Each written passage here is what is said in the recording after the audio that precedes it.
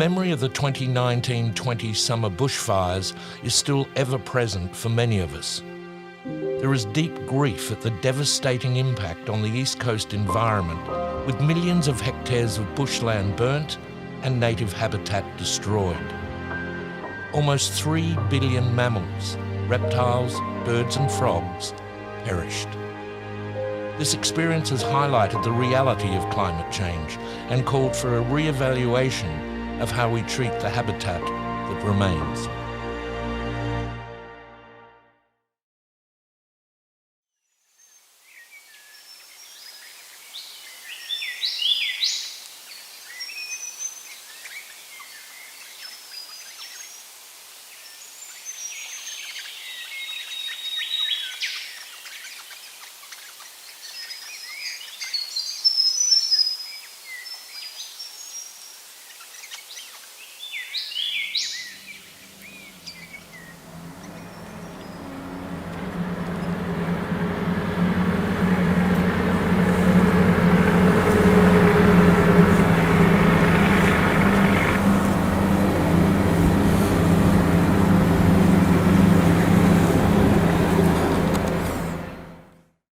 Western Port woodlands are important to protect because they're all that's left in this area. It's a very cleared area. It's a bioregion, the Gippsland Plain bioregion, and it's one of the most cleared bioregions in the state. And Victoria is the most cleared state in Australia, and this is one of the most cleared areas in that state. So plants and animals and fungi that have survived to this point through colonisation, like they're holding on in that little strip of vegetation. The landscape around Western Port bioregion is highly fragmented, with little native vegetation remaining.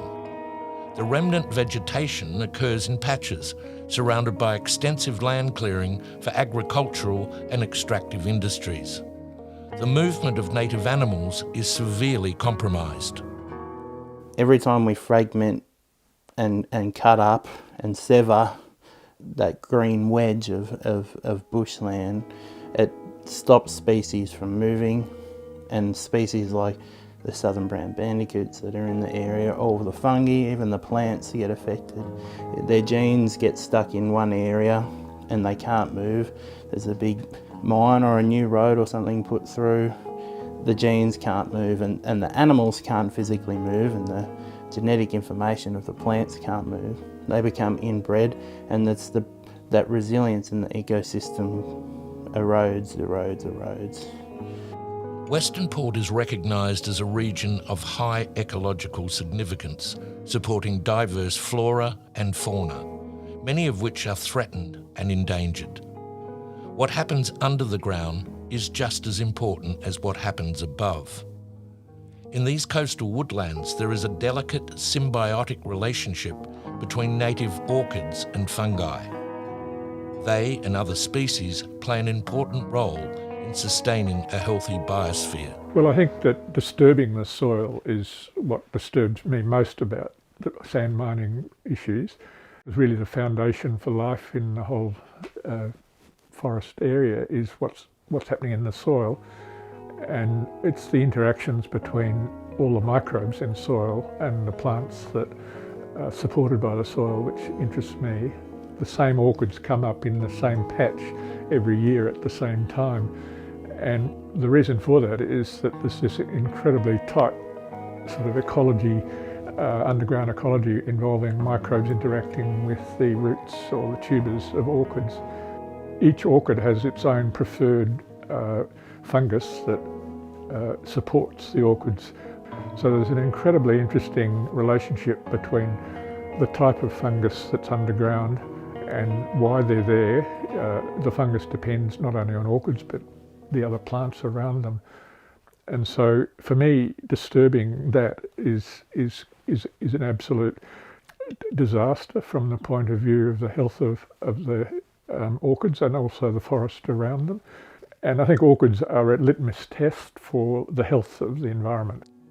The situation is set to deteriorate even further.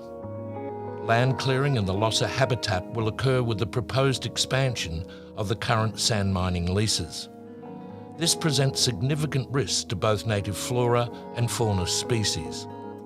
Those at risk are the native orchids, the finger fungus, found in only 3 other sites on the planet, native grass trees, the endangered southern brown bandicoot, long-nosed bandicoot, lace monitor, powerful owl, swift parrot, and the growling grass frog.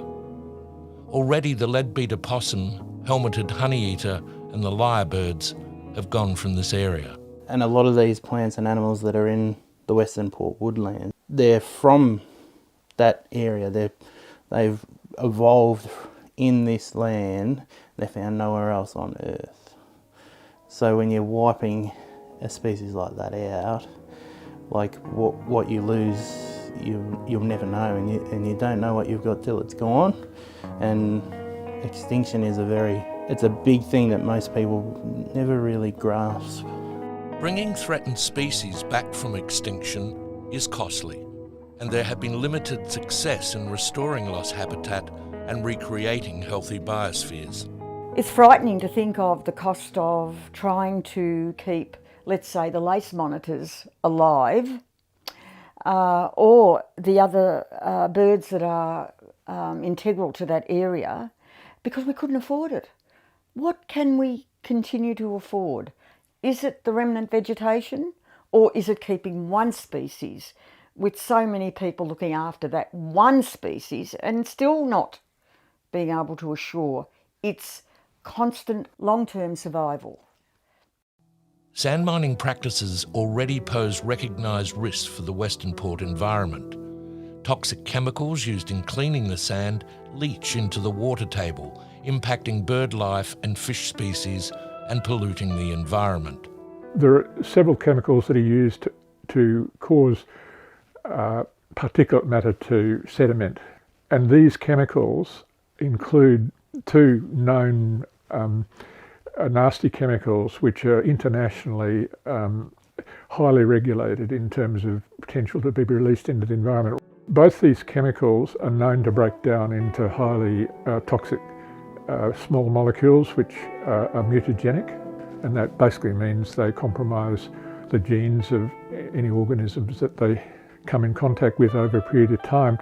Acrylamide and the other compound DADMAC also are directly toxic to fish, for example. So both binds to the gills of fish and suffocates them basically. The concern about the dredge pond at Grantville is that it's a very large pond, and the water in the pond is directly in contact with sand and carry anything that's dissolved in the water into the groundwater. So that groundwater can enter the Western Port Bay either via the creeks or through the groundwater that goes underground up into the mudflats. Equivalent of above ground issues in ecology apply equally well to the ecology within mudflats. You've got this highly organised architecture of organisms that live off each other, and the whole life of Western Port Bay depends on what's happening in mudflats. The scary prospect of having several sand mines with these types of washing operations all along the bay could have disastrous consequences in the long term. The reason why Western Port Bay is a Ramsar site is because of the health of the mudflats, and that supports the life all the way up to all the nice birds that we love looking at. And so anything that threatens the health of the mudflats threatens the survival of those wetlands. And internationally, wetland attrition is a major, major problem. Future extraction works, both approved and those under application, will impose significant stress on the woodland reserves. Sand mining represents one of the single greatest threats to this network of remnant coastal woodlands. This is not a call to ban sand mining. Alternative sites have been identified. They are close to the city and, more importantly, are not situated near precious remnant bushland. Monetarily, there's probably a lot of money worth of sand under that area, but it's very quick. Like, it's a quick exchange and you've got your piece of concrete or wherever the sand's gone to. But that woodland is worth more than any amount of money could ever, like, you can't recreate the natural remnant vegetation that's there, the relationship with the fungi and the orchids up to the native grasses and the trees and the existing habitat already there, the big hollow bearing trees that the powerful owls live in. The best re-vegger bushland natural resource manager in the world couldn't recreate natural remnant vegetation. The experiences of the summer of 2019-20 remind us that there are values other than economic which need to be taken into consideration when imagining our future. We absolutely have to have a mind for the future. We cannot go about thinking about this is okay for today. We have to look at the alternatives that will protect as much as we have of our native vegetation. There's more and more encroachment, and we have to call a stop now and really say, what are the values of this woodland? What is it keeping alive? What is it doing? What is this area doing? We cannot have any more encroachment of it.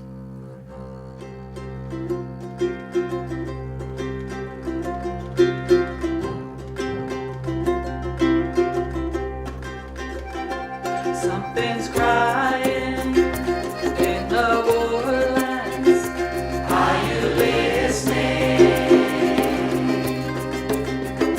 Something's dying in the woodlands. Are you listening?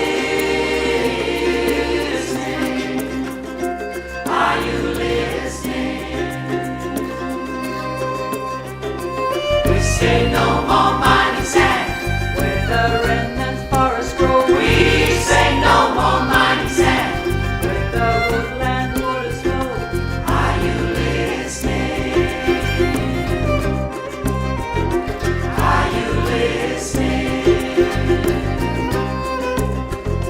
Something's stirring